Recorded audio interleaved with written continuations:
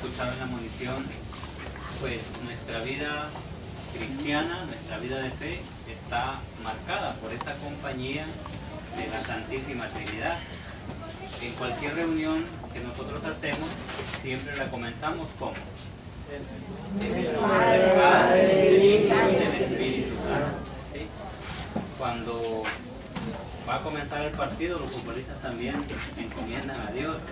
Cuando Messi mete los goles, también se persigna en el nombre del Padre y del Hijo y del Espíritu Santo. Porque no tenga conciencia de la invocación que está haciendo, pero lo hace. Y todas nuestras reuniones pues están marcadas por esa presencia de Dios, Padre, Hijo y Espíritu Santo. Pues siempre se nos ha querido explicar, bueno, ¿cómo es eso? Bueno, ya creer en Dios es bastante, ¿verdad? Nuestra fe es muy importante, pero ahora, ¿cómo? Y ya hemos escuchado tal vez varias explicaciones de cómo está eso de que Dios es Padre, Dios es Hijo y Dios es Espíritu Santo. Y la tradición de la Iglesia utiliza el nombre de personas, Dios, que es tres personas. De hecho, algunas personas cuando se asustan dicen las tres divinas personas y el gran poder de Dios. Está bien invocar de alguna manera la presencia de Dios. Dios entonces es Padre. Nos lo revela la primera lectura que hoy hemos escuchado del libro del Éxodo. Moisés, que es este mediador entre Dios y el pueblo, entabla con Dios una conversación. Subió de madrugada, dice, al monte. Y Moisés pronunció el nombre de Dios, Dios bajó, y miren cómo se reveló el Señor al pueblo. Yo soy el Señor Dios compasivo y clemente, paciente y misericordioso. Compasivo, clemente, paciente, misericordioso y fiel. Dios es fiel, es paciente, es misericordioso. Esas palabras escuchadas de Dios mismo para el pueblo, de alguna manera marcaron el caminar de toda la historia de la salvación. El pueblo fue entonces aprendiendo a relacionarse con Dios, y eso de que Dios era compasivo, de que era paciente, generó que el pueblo tuviera confianza en Dios. El pueblo sabía que había muchas cosas que hacían que a lo mejor tenía Dios suficientes motivos para enojarse, pero Dios es paciente, es compasivo, es decir, sabe compadecerse del dolor y del sufrimiento de las personas.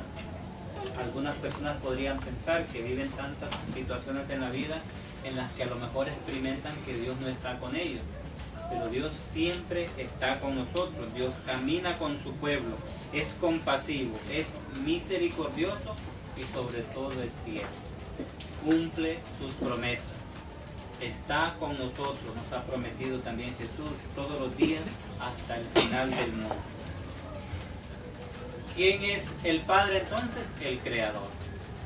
De manera que nosotros podemos ver a Dios, escuchar a Dios, hablar con Dios a través de toda la creación.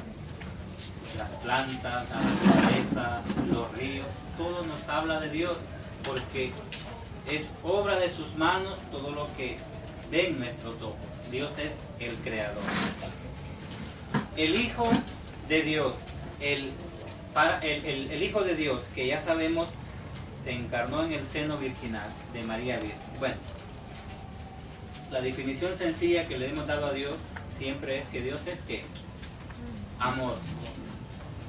Y cuando no, para que alguien ame, para que alguien sea definido como amor, si Dios es amor, significa que Dios ama ¿a quién?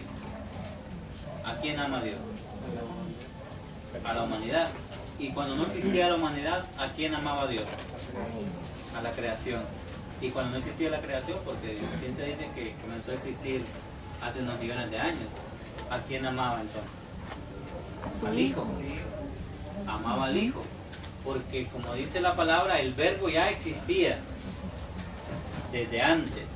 Entonces la esencia de Dios es amor, porque Dios ama al Hijo. Entonces, en un momento de la historia, Dios entonces envía a su Hijo al mundo. nacido de mujer, como dice San Pablo, bajo la ley, para rescatar a los que estaban bajo la ley. Ya conocemos cómo nació Jesús y cómo se encarnó en el seno virginal de María, por obra y gracia ¿de quién? Del Espíritu Santo. Aquí viene entonces la tercera persona de la Santísima Trinidad. El Padre Creador, el Hijo, el Redentor, el Salvador. El Espíritu Santo entonces es el fruto de ese amor entre el Padre y el Hijo. O sea que Dios es una unidad. Dios es uno y trino. Dios es unidad.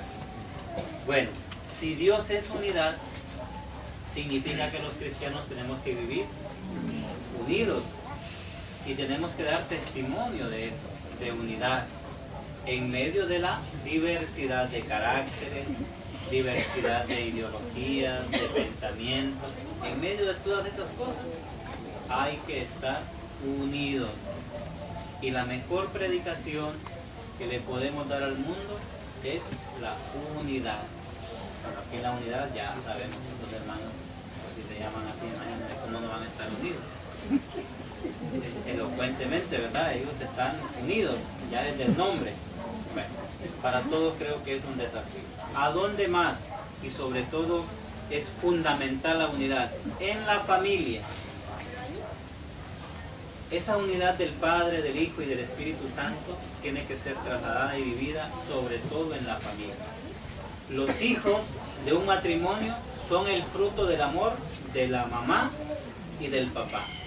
De manera que es algo similar a la Santísima Trinidad, ¿no? El Espíritu es fruto del amor entre el Padre y el Hijo. Los hijos en la familia son fruto del amor profundo que se tiene el papá y la mamá. Y debe haber en esa familia entonces una unidad. ¿Y qué pasará entonces cuando la familia se fracciona? Cuando el papá se pelea con el hijo, y cuando vemos en los noticieros o en los periódicos esas lamentables noticias en que los hijos a veces atentan contra la vida de sus padres. Es terrible. ¿Qué está faltando ahora? ¿Qué está pasando entonces? Que nos hemos alejado de Dios, que hemos sacado a Dios de las familias, y ya no es Dios el que reina, el que une, el que fortalece, sino otro espíritu del mal que engendra violencia, que engendra resentimientos, que engendra sentimientos de venganza. Al Hijo pues lo define, bueno, en la segunda lectura escuchamos un saludo de Pablo, que es un saludo dirigido a la comunidad de Corinto, y que es un saludo que ustedes recordarán, nosotros también hacemos en la Eucaristía. La gracia de nuestro Señor Jesucristo, el amor del Padre y la comunión del Espíritu Santo esté con ustedes, dice San Pablo a la comunidad de Corinto. ¿Sí? Es un saludo trinitario. Pero antes de eso San Pablo les ha dicho, estén alegres y trabajen por su perfección, anímense mutuamente. Para vivir unidos es fundamental darse ánimo los unos a los otros. Si un hermano está pasando un problema, no podemos ser indiferentes. Hay que visitarlo, hay que darle ánimo, hay que acompañarlo. Porque la unidad no es solamente eso, una idea, que tenemos que estar unidos. No, hay que demostrar que estamos unidos. Si estamos unidos, entonces las alegrías de uno son las alegrías de todos. Las tristezas de uno son las tristezas de todos. Y como dirá San Pablo, cuando formamos un cuerpo, el cuerpo de Cristo, que es la iglesia, cuando un miembro del cuerpo sufre, ¿quién sufre? Todo el cuerpo. El cuerpo, si le duele la uña, por muy pequeña que sea la uña, no puede decir, no, es la uña la que me duele, el resto del cuerpo. El malestar lo siente todo el cuerpo. Puede ser la muela, puede ser la cabeza, cualquier parte del cuerpo. Entonces, la unidad hay que expresarla, hay que manifestarla con acciones concretas, con gestos concretos que manifiesten pues que estoy unido al otro, que siento con él, que esa compasión, bondad y misericordia de la que habla Dios en la primera lectura que le caracteriza a él, le caracteriza también a sus hijos, que sienten con el hermano, que le acompañan en los momentos de tristeza, que le acompañan también en los momentos de alegría. Que esa unidad pues sea posible en nuestras comunidades cristianas, en nuestra parroquia, que esa unidad sea posible en nuestras familias y que ustedes y yo, llenos de la gracia de Dios, llenos del Espíritu Santo, seamos signo de unidad, porque las personas podemos con nuestro comportamiento y con nuestras palabras ayudar a la unidad o ayudar a la división.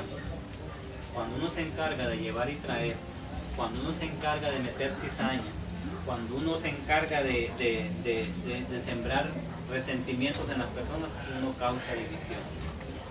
Pero cuando uno ora por la unidad, cuando uno sabe que hay alguna diferencia entre los hermanos y uno ora por ellos y uno se esfuerza para que se perdonen, uno realmente contribuye y trabaja por la unidad. Y los cristianos tenemos que ser en cualquier ambiente, trabajo, estudios, comunidad cristiana, familia, signo de unidad. Hay que trabajar por la unidad, hay que estar unidos. Y que de esa manera pues nuestro testimonio, nuestro ejemplo pueda llevar a otras personas al encuentro con el Señor, que es Padre, Hijo y Espíritu Santo.